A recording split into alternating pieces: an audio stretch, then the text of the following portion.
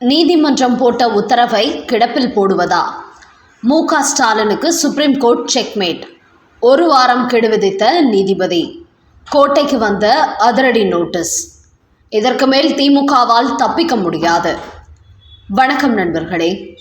தமிழக முதலமைச்சர் மு.க. ஸ்டாலினை பொறுத்தவரை உச்சநீதிமன்றம் தனக்கு சாதகமான தீர்ப்புகளை சொன்னால் அதை கொண்டாடுவார். இது வரலாற்று சிறப்புமிக்க தீர்ப்பு என்றும் பெருமையாக பேசுவார். அதே சமயம் தனக்கு சாதகம் இல்லாத தீர்ப்பை அவர்கள் சொன்னால் அதை நிறைவேற்றவே மாட்டார். அப்படியே கிடப்பில் போட்டு விடுவார். குறிப்பாக தமிழகத்தில் டிஜிபியாக இருந்த சங்கர் ஜிவாலின் பதவிக்காலம் முடிந்து பல மாதங்கள் ஆகிவிட்டது. ஒரு டிஜிபியின் பதவிக்காலம் முடிய போகிறது என்றால் அதற்கு முன்பு 3 மாதங்களுக்கு முன்பே புதிய டிஜிபியை நியமிக்க தகுதியுள்ள ஐபிஎஸ்கள் 3 பேர் கொண்ட ஒரு பட்டியலை மத்திய பணியாளர் தேர்வாணைய குழுவிற்கு மாநில அரசுகள் அனுப்ப வேண்டும். ஆனால் மு.க. ஸ்டாலினோ சங்கர் ஜிவாலின் பதவிக்காலம் முடிந்த பிறகும் கூட புதிய டிஜிபியை நியமிக்காமல் பொறுப்பு டிஜிபி என்கிற பெயரில் வெங்கட்ராமன் என்பவரை நியமித்தார். இதற்கு காரணம் திமுகவின் ஊழல் அமைச்சர்களை அமலாக்கத்துறை கட்டம் கட்டுவதற்கு தயாரானதால் மத்திய அரசு நியமிக்கும் டிஜிபியை நியமித்தால் தனக்கு சிக்கலை ஏற்படுத்தி விடுவார்கள். அமலாக்கத்துறை எந்த அமைச்சர்களின் ஊழல் ஆதாரங்களை அனுப்பினாலும் உடனே எஃப்ஐஆரை பதிவு செய்து அவர்களை அமலாக்கத்துறை சுற்றி வளைப்பதற்கு உறுதுணையாக இருப்பார்கள். அதனால் சட்டமன்ற தேர்தலுக்கு திமுகவின் முக்கிய ஊழல் அமைச்சர்கள் பலரும் அமலாக்கத்துறையின் கட்டுப்பாட்டுக்குள் போய்விடுவார்கள். இதன் மூலம் திமுகவின் ஒட்டுமொத்த ஊழலும் அம்பலத்துக்கு வந்து மக்கள் மத்தியில் அவப்பெயர் ஏற்பட்டுவிடும். அதனால் சட்டமன்ற தேர்தலில் திமுக படுதோல்வியை அடைய வேண்டிய சூழல் ஏற்படும் என்பதனால் மத்திய பணியாளர் தேர்வாணையத்திற்கு புதிய டிஜிபிகள் குறித்த பட்டியலை அனுப்பாமல் பொறுப்பு டிஜிபியை நியமித்து காலம் கடத்தி வந்தார் ஸ்டாலின். அதையடுத்து இதற்கு எதிராக உச்சநீதிமன்றத்தில் மனு தாக்கல் செய்யப்பட்ட போது தற்போது தமிழ்நாட்டில் இருக்கும் ஐபிஎஸ்களுக்கு டிஜிபிகள் யாரும் நேர்மையாக இல்லை, ஊழல் செய்தவர்கள் அல்லது டிஜிபி பதவிக்கு தகுதியற்றவராக இருக்கிறார்கள் என்கிற ஒரு காரணத்தை சொன்னது தமிழக அரசு. ஆனால் அப்படி சொன்ன சீமா அகர்வால், சந்தீப் ராய் ரத்தோர் உள்ளிட்ட 3 பேரும் தமிழகத்தின் அடுத்த டிஜிபிக்கு தகுதி உள்ள எங்களை திமுக அரசு திட்டமிட்டு இருட்டடிப்பு செய்கிறது என்று மத்திய யுபிஎஸ்சிக்கு தெரியப்படுத்தினார்கள். அதன் பிறகு அவர்கள் தமிழக அரசுக்கு இந்த 3 பேரில் ஒருவரை தேர்வு செய்யுமாறு ஆணை போட்ட போதும் மு.க. ஸ்டாலின் அதை காது கொடுத்தே கேட்கவில்லை. அதன் பிறகு உச்சநீதிமன்றம் கூட உடனடியாக புதிய டிஜிபியை தமிழக அரசு நியமிக்க வேண்டும் என்று கூறினார்கள். ஆனால் மு.க. ஸ்டாலின் சட்டமன்ற தேர்தல் வரை இப்போது இருக்கும் பொறுப்பு டிஜிபி வெங்கட்ராமனை வைத்துக் கொண்டு சென்று விட வேண்டும், இல்லை என்றால் KN நேரு உள்ளிட்ட ஊழல் அமைச்சர்களுக்கு ஆபத்தாகிவிடும் என்று செயல்பட்டு வந்தார். இந்த நேரத்தில் தான் தமிழக டிஜிபி நியமனம் சம்பந்தமாக மீண்டும் உச்சநீதிமன்றத்தில் கிஷோர் கிருஷ்ணசாமி என்பவர் ஒரு வழக்கு தொடுத்திருந்தார். அந்த வழக்கு இன்று விசாரணைக்கு வந்தது. அதில் பொறுப்பு டிஜிபி நியமனம் என்பது தமிழக அரசாங்கத்தின் தவறான செயல்பாடு ஆகும். அதனால் புதிய நிரந்தர டிஜிபியை தமிழக அரசு நியமனம் செய்ய உத்தரவு பிறப்பிக்க வேண்டும் என்று அந்த மனுவில் கேட்டுக்கொண்டார். அதையடுத்து தமிழக அரசு சார்பில் ஆஜரான வழக்கறிஞர் புதிய டிஜிபி பதவிக்கு சில ஐபிஎஸ் அதிகாரிகளின் பெயர்கள் பரிந்துரை செய்யப்படுகிறது. ஆனால் யுபிஎஸ்சியில் குழப்பம் ஏற்பட்டு வருகிறது. குறிப்பாக டிஜிபி இல்லாததால் தேர்வுக்குழுவில் கூடுதல் உள்துறை செயலாளரை இணைக்க வேண்டும் என்று நாங்கள் கோரிக்கை வைத்தோம். இதை அவர்கள் ஏற்கவில்லை. அது மட்டுமின்றி நிரந்தர டிஜிபியாக தேர்வு செய்யக்கூடியவர்கள் சட்டம் ஒழுங்கு துறையில் 4 பிரிவுகளில் 10 ஆண்டுகள் அனுபவப்பட்டு இருக்க வேண்டும். அதுபோன்ற நபர்கள் தற்போதைக்கு தமிழ்நாட்டில் இல்லை என்றும் தமிழக அரசு வழக்கறிஞர் வாதிட்டுள்ளார். அதை கேட்ட சுப்ரீம் கோர்ட் நீதிபதிகள், தமிழக சட்ட ஒழுங்கு டிஜிபி நியமனத்தை பொறுத்தவரை தமிழகத்தைச் சேர்ந்த 2 அதிகாரிகள் இடம்பெற வேண்டும். சட்டம் ஒழுங்கு சம்பந்தப்பட்ட ஒருவர், தலைமை செயலாளர் இன்னொருவர். டிஜிபி இல்லாத பட்சத்தில் அவரது அந்தஸ்தில் அந்த குழுவில் இடம்பெற வேண்டும்.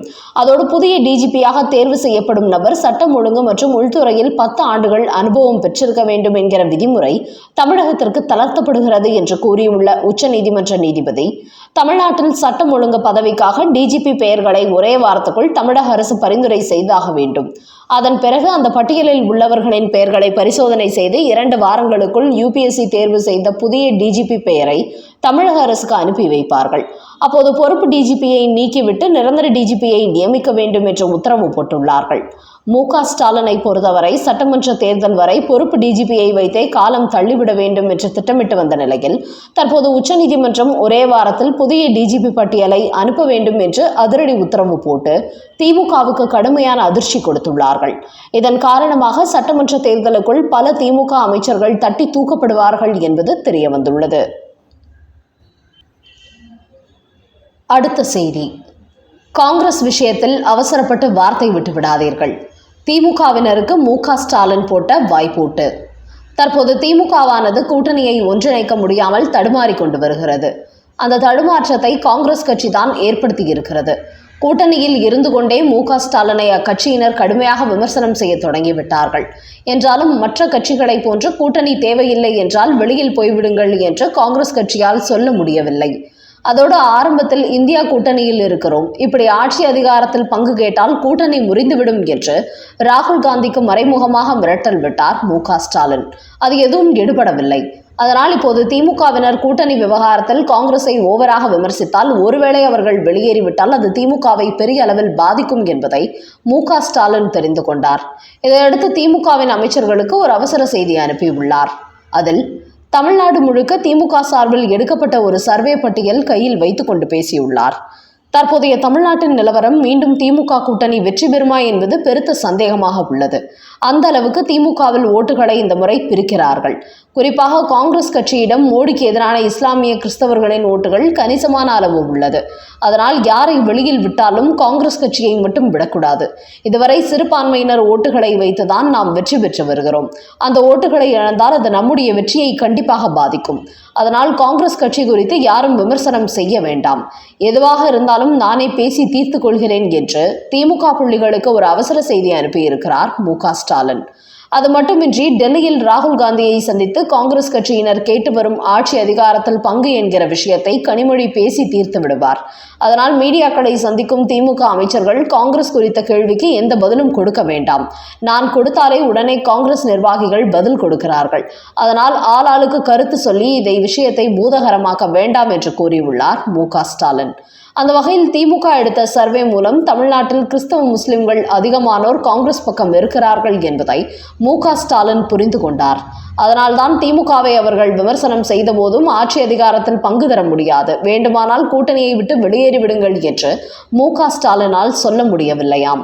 அப்படி சொல்வதற்கு அவர் பயப்படுகிறார். அதிலும் இந்த முறை சிறுபான்மை ஓட்டுகளை விஜயின் தமிழக வெற்றி கழகமும் பிரிப்பதால் அதுவும் மு.க. ஸ்டாலினுக்கு பேரதிர்ச்சியை கொடுக்கிறதாம்.